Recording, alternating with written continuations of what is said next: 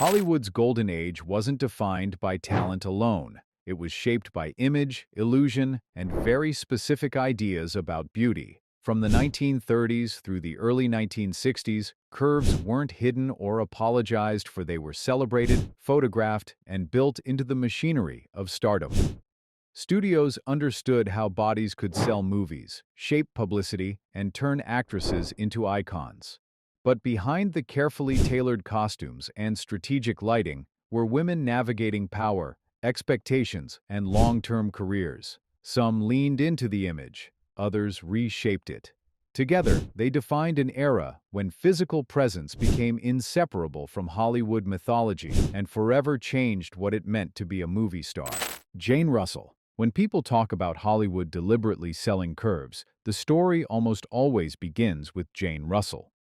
In the early 1940s, producer Howard Hughes didn't just cast her, he engineered her image. For The Outlaw, Hughes famously fixated on Russell's figure, designing publicity that emphasized her proportions as boldly as the era would allow. Her reported measurements became part of the conversation surrounding the film itself, discussed nearly as often as the plot. Censorship boards objected, releases were delayed, and protests followed. But all of that resistance only increased curiosity. Hughes understood something crucial about Hollywood marketing. Controversy could be converted into fame. What often gets overlooked is that Russell wasn't a passive participant. She possessed sharp comic timing, a relaxed screen presence, and a singing voice that later anchored a successful nightclub career. In Gentlemen Prefer Blondes, she proved she could stand confidently opposite Marilyn Monroe without being overshadowed. Russell later admitted she never even wore the special bra Hughes claimed to have invented for her, quietly letting the myth do the work. Her career became a template, showing studios that a voluptuous image could open doors, while intelligence and humor were required to keep them open. She didn't fight her image, but she also refused to be reduced to it. Marilyn Monroe. No discussion of Hollywood curves is complete without Marilyn Monroe, whose figure became inseparable from the cultural identity of the 1950s. Contrary to modern assumptions, Monroe was not unusually large by the standards of her time. Her appeal came from proportion, movement, and presentation rather than extremes. Costume designers and cinematographers knew how to frame her body to emphasize softness and balance. Dresses clung, fabrics flowed, and lighting softened edges. The result wasn't just a look, it was a persona. Films like The 7-Year Itch and Gentlemen Prefer Blondes turned her silhouette into an instantly recognizable symbol. Yet Monroe's relationship with her image was complicated. She understood that her curves opened doors, but she wanted to be respected as a serious actress. She studied at the Actors Studio, pushed for dramatic roles, and struggled against being dismissed as merely decorative. What made Monroe different was vulnerability. Audiences believed her emotional openness was real, whether it was carefully constructed or deeply personal. Her figure became part of that illusion, soft, human, and approachable rather than intimidating. When Monroe died young, that image froze in time. Her curves didn't just reflect a beauty standard. They defined one that Hollywood would never fully recreate. Jane Mansfield. If Jane Russell showed how curves could launch a career, Jane Mansfield demonstrated how they could dominate headlines. Mansfield approached fame like a strategist. She understood that attention was currency, and she made sure cameras never missed her. Her figure was frequently emphasized through costumes, poses, and public appearances designed to attract press coverage. Mansfield leaned into comparisons with Marilyn Monroe, often presenting herself as a more exaggerated, playful alternative.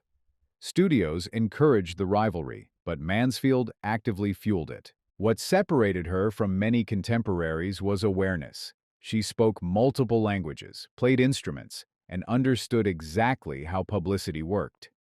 Mansfield treated her image as a brand long before that concept became common. Appearances in films like The Girl Can't Help It showcased not only her figure, but her comedic timing and self-awareness. However, the same publicity machine that elevated her also limited her. Critics struggled to see past the image she so carefully constructed. As trends shifted in the 1960s, serious roles became harder to secure. Mansfield remained famous, but opportunities narrowed. Her legacy is complicated. She proved that visibility could be manufactured, but also that controlling the narrative comes with long-term consequences. Few actresses understood fame as clearly as Mansfield did, even if the industry never fully rewarded that insight. Sophia Loren. Unlike many Hollywood bombshells, Sophia Loren never reshaped herself to meet American studio expectations. Her figure represented a different ideal, rooted in European tradition, confidence, and authenticity rather than strict studio polish. Raised in post-war Italy, Loren brought a natural physical presence to the screen that felt lived in and real. When she transitioned to international films, executives suggested changes. Lose weight, alter features. She refused. Loren believed her body was not something to correct, but something to carry with pride. Her curves were visible, but they were never treated as her sole defining trait. Performances in films like Two Women proved her dramatic range, earning her an Academy Award and silencing doubts about her abilities. Loren often joked that her figure came from enjoying life, not denying it a philosophy that resonated strongly with audiences. What made Loren enduring was balance. She was glamorous without appearing manufactured, confident without seeming calculated. Her long career, stable personal life, and sustained respect within the industry showed that embracing one's natural form didn't limit opportunity, it expanded it. Loren didn't fight her image. She integrated it into a larger, more complete identity. Anita Ekberg. Few images in film history are as enduring as Anita Ekberg standing in Rome's Trevi Fountain in La Dolce Vita. Tall, statuesque, and unmistakably striking, Ekberg represented a different kind of bombshell, one that felt almost mythological. Her physical presence commanded attention before she spoke a word. European cinema embraced this quality, understanding how to use scale, framing, and movement to turn Ekberg into a living symbol rather than a conventional character. The famous fountain scene worked not because of overt performance, but because of atmosphere and contrast. Hollywood struggled to place her. American studios found her too foreign, too imposing, and difficult to categorize. As a result, her most significant work happened outside the U.S., where directors appreciated her unique screen power. Ekberg's legacy rests less on film quantity and more on cinematic memory. One perfectly realized moment outweighed dozens of ordinary roles. She became proof that presence alone, when aligned with the right director and setting, could create immortality. Her figure was not marketed aggressively. It was simply allowed to exist on screen, unforgettable and unmatched. Lana Turner. The legend surrounding Lana Turner begins not on a movie set, but at a soda fountain. Whether fully true or carefully enhanced by studio publicity, the story of her discovery helped define her image as the Sweater Girl, a nickname that followed her throughout the 1940s. Tight knits, fitted blouses, and tailored skirts became her visual signature. Turner's figure wasn't the most extreme of her era, but it was presented with precision. Studios understood how clothing alone could suggest glamour without crossing censorship boundaries. During World War II, her pin-up photographs were among the most popular with servicemen, reinforcing her status as an all-American ideal. What makes Turner's career notable is how she transitioned beyond that image. Films like The Postman Always Rings Twice revealed a darker, more dramatic side, while later roles in Peyton Place and Imitation of Life demonstrated emotional depth and maturity. She refused to remain frozen in a single persona. Her personal life often overshadowed her work, filled with marriages and public scandals that tabloids eagerly followed. Yet Turner endured. She adapted as Hollywood changed, proving that an actress initially marketed for appearance could evolve into a respected dramatic performer. Her legacy lies in that transformation from carefully styled image to lasting screen presence. Elizabeth Taylor. With Elizabeth Taylor, Physical beauty was so overwhelming that individual features were often discussed as a whole rather than in parts. During her prime, her figure matched the voluptuous ideals of the 1950s, but it was never isolated from her talent or presence. Taylor's career began long before she reached adulthood. By the time she grew into her iconic look, she was already an established star. This gave her a unique advantage. Her body became part of her screen power, not the foundation of it. In films like Cat on a Hot Tin Roof, form-fitting costumes emphasized her physical presence, but the performances carried equal weight. Unlike many contemporaries, Taylor was open about changes in her body over time. She resisted Hollywood's demand for illusion, speaking honestly about health struggles and weight fluctuations. That transparency added to her authority rather than diminishing it. What truly separated Taylor was control. She negotiated contracts, shaped her roles, and later used her fame to support humanitarian causes. Her figure never defined her career, it accompanied it. In an industry that often reduced women to surface qualities, Elizabeth Taylor stood as proof that beauty, talent, and power could coexist without compromise. Gina Lollobrigida. Gina Lollobrigida emerged from post-war Europe with a presence that felt both classical and modern. Her figure fit the Mediterranean ideal celebrated in Italian cinema, full, balanced, and unapologetically natural. Unlike Hollywood bombshells, she wasn't shaped by a studio system intent on control. Lollobrigida's early success came through European productions, where physical beauty was treated as one element of artistic expression rather than a marketing hook. When she appeared in American films like Trapeze, her screen presence stood out, but she never fully relocated to Hollywood. That decision preserved her independence. What set her apart was ambition beyond acting. As her film career slowed, Lollobrigida reinvented herself as a photographer and sculptor, interviewing world leaders and exhibiting artwork internationally. This second career reshaped how she was viewed, no longer just a screen icon, but a multifaceted creative figure. Her curves opened doors, but they never confined her path. Lollobrigida demonstrated that stepping outside Hollywood's system could protect longevity and personal identity. She remains a reminder that global stardom didn't require surrendering control, even during cinema's most image-driven decades. Diana Dors. Often labeled Britain's answer to Marilyn Monroe, Diana Dors carried a different kind of energy. Her figure fit the classic hourglass mold, but her personality was sharper, more direct, and unmistakably working class. That contrast made her fascinating and sometimes difficult for studios to manage. Dors understood publicity as well as any Hollywood counterpart. She staged dramatic arrivals, posed for carefully planned photographs, and kept her name in headlines through spectacle.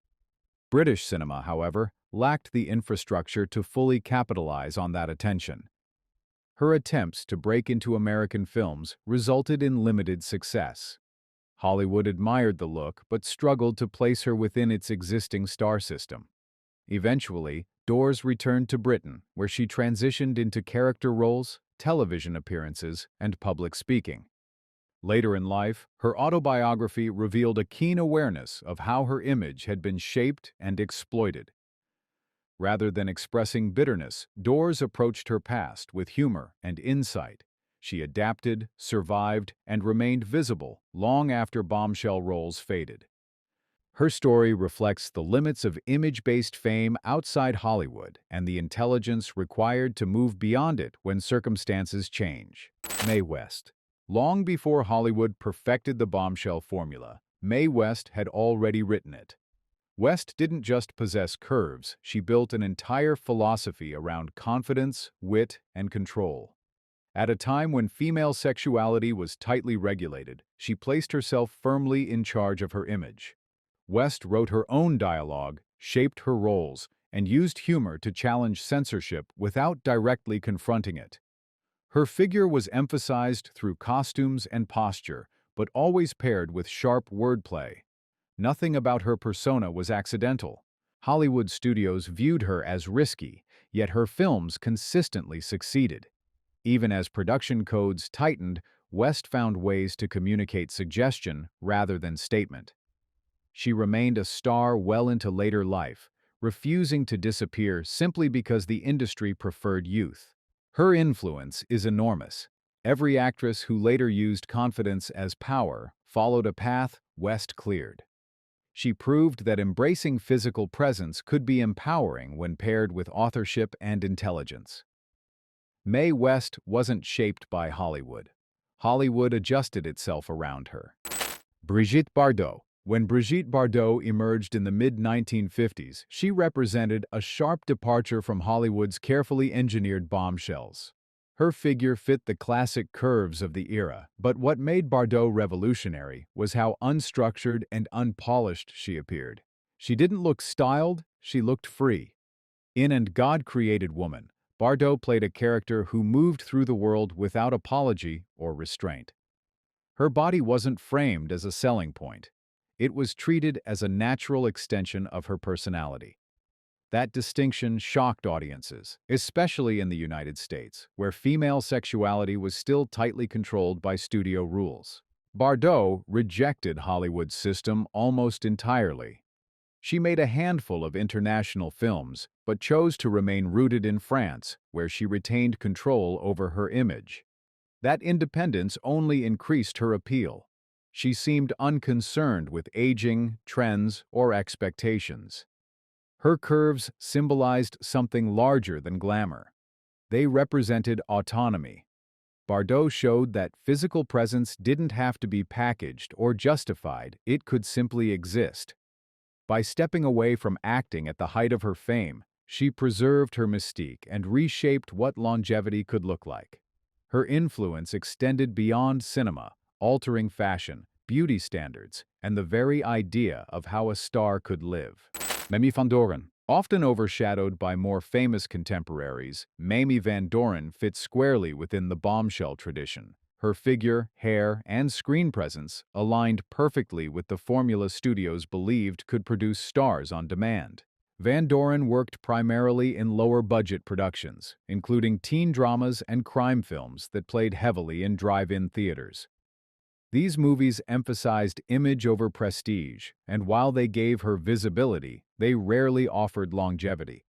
Unlike Marilyn Monroe or Jane Mansfield, she never received the full backing of a major studio machine. What makes Van Doren's story distinctive is perspective. In later years, she spoke openly and without bitterness about how the industry categorized her. She understood the system and recognized where she had been placed within it. Rather than fighting that reality, she adapted to it. Remarkably, Van Doren outlived many of her contemporaries, watching the era that defined her become history. Her career serves as a reminder that Hollywood often treated beauty as interchangeable. Van Doren embodied that experiment and survived it with clarity and resilience. Rhonda Fleming. In the age of Technicolor, few actresses photographed as strikingly as Rhonda Fleming. With vivid red hair and a balanced, camera-friendly figure, Fleming became synonymous with visual elegance during the 1950s. Her roles frequently placed her in adventure films, mysteries, and film noir, where glamour was important but not overwhelming. Unlike actresses whose publicity centered entirely on curves, Fleming's appeal was refined. Costumes highlighted her form without turning it into spectacle. She worked steadily, with major stars and across multiple genres, building a long resume without scandal or controversy. That consistency may have limited her legend, but it ensured career stability. Fleming was never positioned as provocative, she was presented as polished and composed. As Hollywood evolved, she transitioned gracefully into later life, remaining active in philanthropy and public appearances. Fleming represented a version of stardom built on reliability rather than volatility. Her figure fit the era's ideals, but her career reflected discipline and longevity. In a period marked by extremes, Rhonda Fleming offered balance, and that balance became her signature. Ava Gardner. With Ava Gardner, allure came from restraint. Her figure aligned with the voluptuous standards of classic Hollywood, but it was never exaggerated or aggressively marketed. Instead, Gardner projected confidence through posture, expression, and presence. Her roles often cast her as enigmatic or emotionally complex women figures who captivated without trying. Films like The Barefoot Contessa emphasized elegance rather than exposure. The audience sensed her power without being told where to look. Gardner's personal life, including high-profile marriages, kept her in the public eye, but she resisted becoming a novelty. She aged naturally, accepting character roles without chasing her earlier image. That decision preserved her credibility. What made Gardner unique was understatement. Her curves existed, but they didn't demand attention. They supported an image built on mystery and authority. In a landscape crowded with calculated glamour, Ava Gardner proved that suggestion could be more enduring than spectacle. Rita Hayworth. During World War II, Rita Hayworth became one of the most widely recognized images in the world. Her figure, framed in elegant gowns and carefully choreographed movement, represented Hollywood glamour at its most refined. Hayworth's transformation from dancer Margarita Cancino into a screen icon illustrated how thoroughly studios shaped appearance. Hairlines were altered, names changed, and identities rebuilt. The result was striking but costly. In films like Gilda, Hayworth demonstrated how suggestion could outperform excess. Her most famous scenes relied on timing, confidence, and attitude rather than exposure. The audience filled in what was never shown. Later in life, illness dimmed her public presence, but her legacy remained intact. Hayworth's image became inseparable from an era when glamour was carefully constructed and endlessly admired. Her curves weren't just celebrated, they became symbolic, representing both the brilliance and the burden of classic Hollywood stardom. These actresses didn't simply reflect beauty standards, they shaped them. Each navigated fame differently, balancing image, talent, and survival within a powerful industry. Their figures opened doors, but it was intelligence, adaptability, and presence that kept them remembered.